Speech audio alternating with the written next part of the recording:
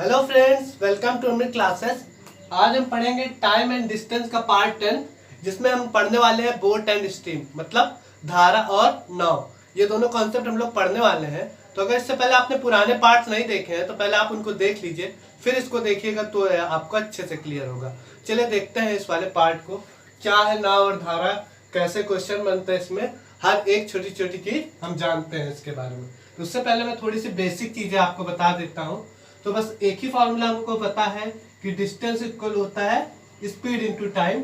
इसी पे सारा टाइम एंड डिस्टेंस बेस्ड है और बाकी कुछ नहीं, इसी से सारे कॉन्सेप्ट निकल के आते हैं। चलिए छोटी छोटी चीजें और मैं बता देता हूँ जल्दी से। कि ये तो पता है कि 60 मिनट में 1 आवर होते हैं, 1 आवर में 60 मिनट होते हैं, ठीक है। तो मान लीजिए हमको 15 मिनट को कैसे लिखना होगा।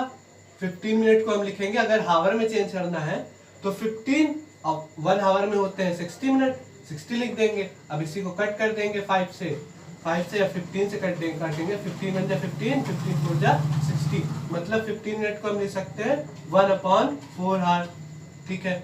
इसी तरह 13 मिनट को कितना लिख सकते हैं।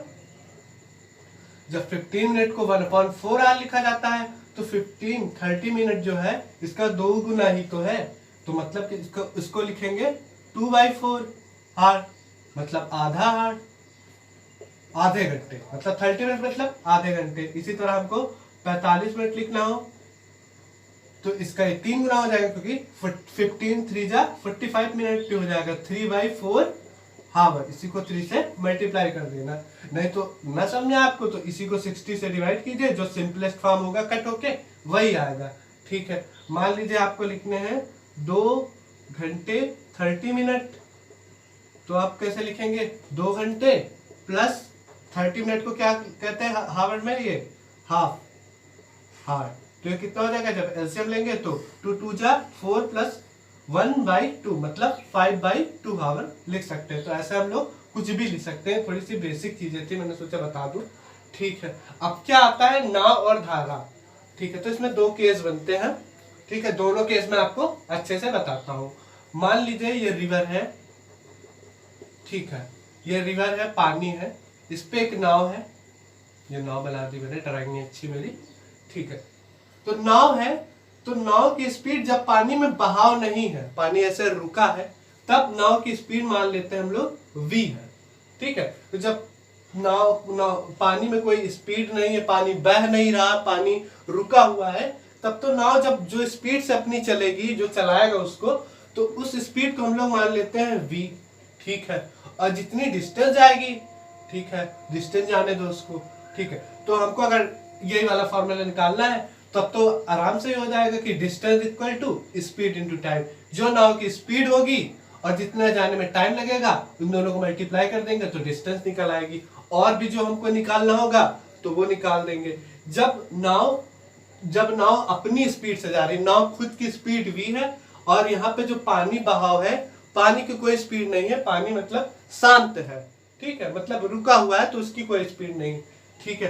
तो यहाँ तक कोई दिक्कत नहीं है, ठीक है। अब मान लीजिए कि ये जो नाव है ये जा रही है रिवर में, ठीक है। तो नाव की स्पीड क्या होगी, v होगी। अब जो हमारी स्ट्रीम है, मतलब धारा, जो नदी की धारा होती है, वो भी आगे जा रही है, ठीक है, वो नाव की दिशा में आगे जा रही है।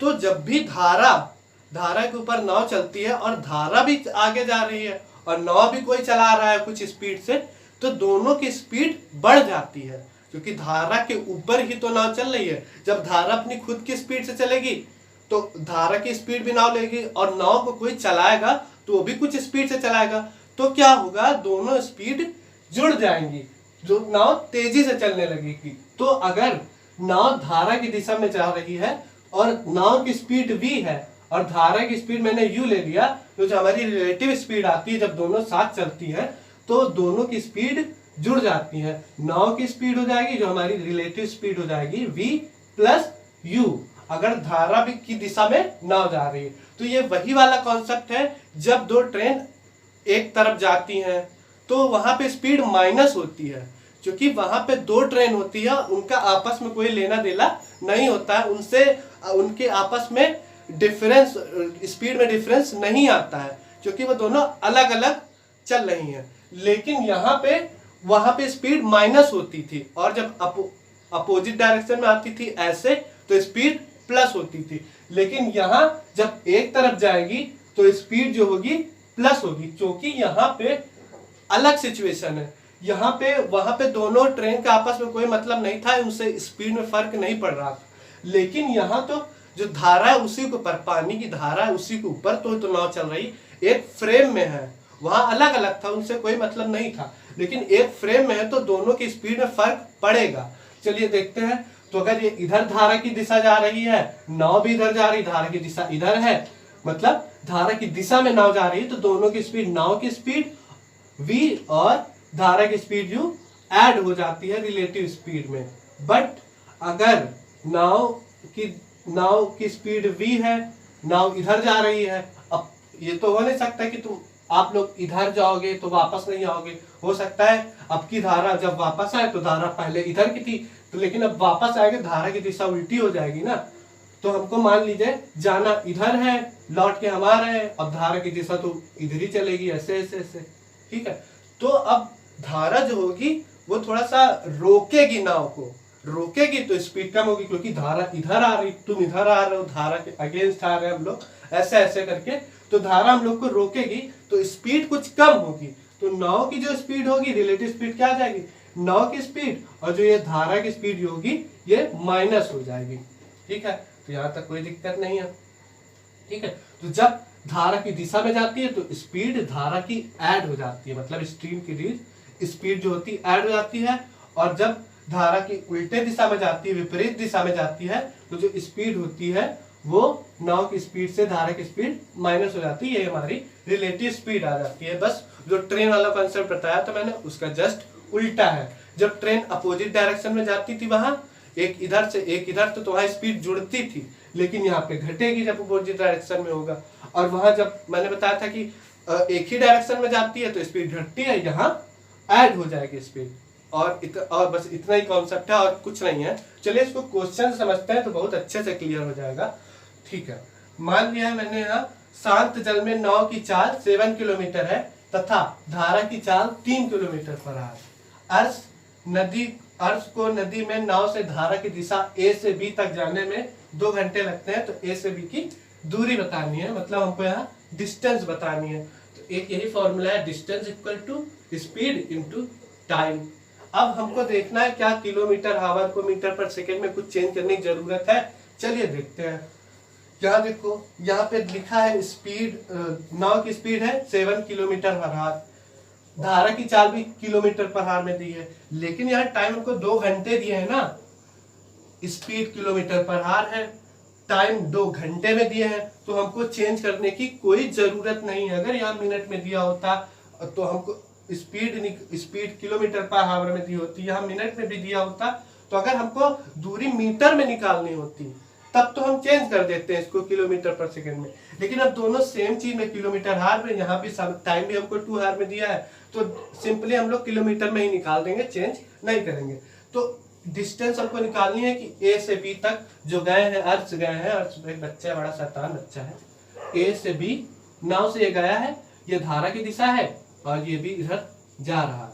तो नाव की स्पीड v है, धारा की स्पीड u, आप एक ही डायरेक्शन में जा रहा है इधर, तो स्पीड जुड़ जाएगी दोनों की, तो v प्लस u हो जाएगी। ये टोटल स्पीड आ जाएगी जो भी हो, ठीक है। नाव की स्पीड प्लस धारा की स्पीड, और जितनी डिस्टेंस ट्रेवल करेगा यही निकालनी है हमको, और इसको जाने में, इसी की तरफ जाने में 2 घंटे लग रहे हैं, ठीक है। तो डिस्टेंस यही निकालना हमको। स्पीड कितनी है, अब दोनों स्पीड जुड़ जाएंगी ना, तो ये हो जाएगी v प्लस u, v मतलब नाव की, u धारा की मतलब स्ट्रीम की। ये हो गया स्पीड इंटू टाइम, टाइम तुम्हारा 2 घंटा लगा। तो अब v प्लस u, v देखो नाव की चाल है 7 किलोमीटर प्लस धारा की चाल 3 किलोमीटर है, इंटू टाइम कितना लगा है, 2 आवर लगा है, ठीक है। तो 10 प्लस 3 कितना हो जाएगा, 7 प्लस 3 10 हो जाएगा, इंटू 2 इक्वल टू 20। अब किलोमीटर में ही आएगा क्योंकि ये डिस्टेंस है। तो हमारी डिस्टेंस जो आ गई यहाँ से यहाँ तक की 20 किलोमीटर है, और यही हमारा आंसर है। तो आई होप ये समझ में आ गया होगा। तो एक 2 क्वेश्चन और करते हैं तो और अच्छे से क्लियर हो जाएगा। तो चलिए देखते हैं नेक्स्ट क्वेश्चन। तो चलिए देखते हैं इस वाले क्वेश्चन को। एक नाव धारा के अनुकूल का मतलब धारा की दिशा में 7 घंटे में 84 किलोमीटर जाती है तथा धारा के प्रतिकूल का मतलब धारा की उल्टी दिशा में, धारा इधर है तो इधर से आती है, तो प्रतिकूल 6 घंटे में 48 किलोमीटर जाती है। तो धारा की चाल बतानी है। मान लीजिए कोई डिस्टेंस है, ठीक है, इतनी डिस्टेंस है, तो अलग अलग डिस्टेंस दी गई है। तो नाव अगर इधर जाती है तो ये धारा इधर ऐसे चल रही, धारा की दिशा भी इधर, धारा की दिशा पहले इधर जाती है तो 84 किलोमीटर जाती है 7 घंटे में, और वो वापस आती है धारा की उल्टी दिशा में, मतलब नाव इधर आएगी तो धारा इधर जाएगी तो उल्टी दिशा में जाती है तो 48 किलोमीटर जाती है 6 घंटे में, ठीक है। तो दोनों केस में नाव की चाल निकाल लेंगे। तो जब धारा के अनुकूल जाती है तो मैंने बताया था कि दोनों ऐड हो जाता है, मतलब धारा की दिशा में जाती है, धारा के अनुकूल में जाती है, तो नाव की स्पीड और धारा की स्पीड ऐड हो जाती है, दोनों को हम जोड़ देते हैं। तो मान लेते हैं नाव की स्पीड v है और धारा की स्पीड u है। अब दोनों को ऐड कर दिया तो कितना जा रही है, धारा की दिशा में जाएगी ना, इसका मतलब धारा की दिशा में जा रही है। स्पीड कितनी है तो हम स्पीड निकालने की डिस्टेंस अपॉन टाइम हमको पता ही है। तो धारा के अनुकूल मतलब धारा की दिशा में 84 किलोमीटर जा रही, कितने 7 घंटे में 84 किलोमीटर जा रही है, कितने 7 घंटे में, ठीक है। तो इसको निकाल देंगे, डिवाइड करेंगे तो क्या आ जाएगा, 7 1 जा 7, 1 इधर आएगा 14, 7 2 जा 14, तो 12 किलोमीटर पर आवर स्पीड आ गई। जब वो धारा की तरफ जा रही तो नाव की स्पीड आ रही, ठीक है। अब वापस आ रही है जब धारा की विपरीत दिशा में, मतलब धारा के प्रतिकूल आ रही, तो हमने बताया था स्पीड जो होती है माइनस हो जाती है। ये नाव की स्पीड है माइनस धारा की स्पीड, क्योंकि वापस आ रही। तो अब कितना ट्रेवल करी है, 48 किलोमीटर ट्रेवल करी है, कितने घंटे में, 6 घंटे में। तो इसको हम कट करेंगे तो 6 8 जा 48, 6 8 जा 48, 6 8 जा 40 होता है। तो 8 किलोमीटर पर हार स्पीड नाव की तब है जब वो वापस आ रही है, ठीक है। तो धारा की चाल हमको बतानी, मतलब u निकालना हमको। v plus U equal to दिया है 12 और v minus U equal to दिया है 8, ठीक है। तो इसको ऐड कर देंगे, निकल आ जाएगा। तो मैं एकदम शॉर्ट ट्रिक बताता हूँ। अगर v निकालना हो आपको और ऐसे ही दिया हो v plus U equal to 12, v minus U equal to 8, जब प्लस में कोई चीज, वही चीज प्लस में दी हो वही माइनस में दी हो, तो अगर ये वाला निकालना होता है, ये पहले वाला v मतलब, तो इन दोनों को ऐड करके आधा कर देते हैं। अगर ये वाला u निकालना होता है, दूसरी वाली चीज, चाहे वो x प्लस वाई हो x माइनस वाई हो, तो इन दोनों को माइनस करके आधा कर देते हैं, ठीक है। कैसे होता है बताते हैं। मान लो हमको भी यहाँ u निकालना है ना, तो हम इन दोनों को माइनस करके आधा कर देंगे, या मैं ऐसे ही बता देता हूँ। मान लो हमको धारा की भी चाल बनानी है और नाव की चाल बतानी है, तो नाव की चाल v है और धारा की चाल u है, तो हम इसको ऐड कर देंगे तो एक प्लस एक माइनस ये कट जाएगा, ये हो जाएगा 2v इक्वल टू, इधर भी ऐड होगा क्योंकि ऐड किया तो 20, तो v इक्वल टू कितना आ जाएगा 10, ये 10 किलोमीटर पर आवर नाव की चाल है। अब यहाँ से हम धारा की निकाल देंगे पहले इक्वेशन में रख के, क्योंकि यहाँ u की चाल कितनी थी, v plus U equal to 12 है ना, तो अगर यहाँ पहले वाले इक्वेशन में हम 10 रख देते हैं v की जगह, v plus U equal to 12 आ जाता है, तो u की वैल्यू आ जाएगी 12 माइनस 10 मतलब 2 किलोमीटर पर हार। ये धारा की स्पीड है। तो देखिए हम इसको जल्दी से कैसे निकालते हैं, ऐसे ही v plus U equal to 12 दिया है, v minus U equal to 8 दिया, तो अगर v निकालनी है तो इन दोनों को ऐड करके 2 से डिवाइड कर दो, इन दोनों को ऐड कर करेंगे तो 12 प्लस 8 20, 2 से डिवाइड कर देंगे 10 आ जाएगा, ये देखिए 10 आ गया। इस तरह अगर ये वाला निकालना होता है तो इन दोनों को माइनस करके 2 से डिवाइड कर देते हैं, तो u equal to 12 plus 8, 12 minus 8 4 आएगा, और 4 को जब 2 से डिवाइड करेंगे तो 2 किलोमीटर आता है। तो ये जल्दी से निकाल लेते हैं हम लोग बिना कैलकुलेट किए भी। वैसे मैं पूरा क्वेश्चन ही बिना कैलकुलेट करे कर देता हूँ, लेकिन आपको समझाना पड़ा इसलिए टाइम लग रहा है। चलिए ठीक है, तो ये हमारा आंसर आ जाता है। अगर नाव की स्पीड पूछता तो ये हो जाती, धारा की स्पीड पूछता तो 2 किलोमीटर। आई होप ये आ गया होगा। मैंने यहाँ क्वेश्चन दिया है, एक नाव धारा की दिशा में 10 घंटे में 60 किलोमीटर जाती है तथा धारा की विपरीत दिशा में 5 घंटे में 10 किलोमीटर जाती है, तो शांत जल में नाव धारा की चाल बतानी है। आप इसको सॉल्व करिए, देखिए आपको समझ में आया कि नहीं, और इसका आंसर कमेंट बॉक्स में दीजिए, मैं वहां सही आंसर भी बता दूंगा।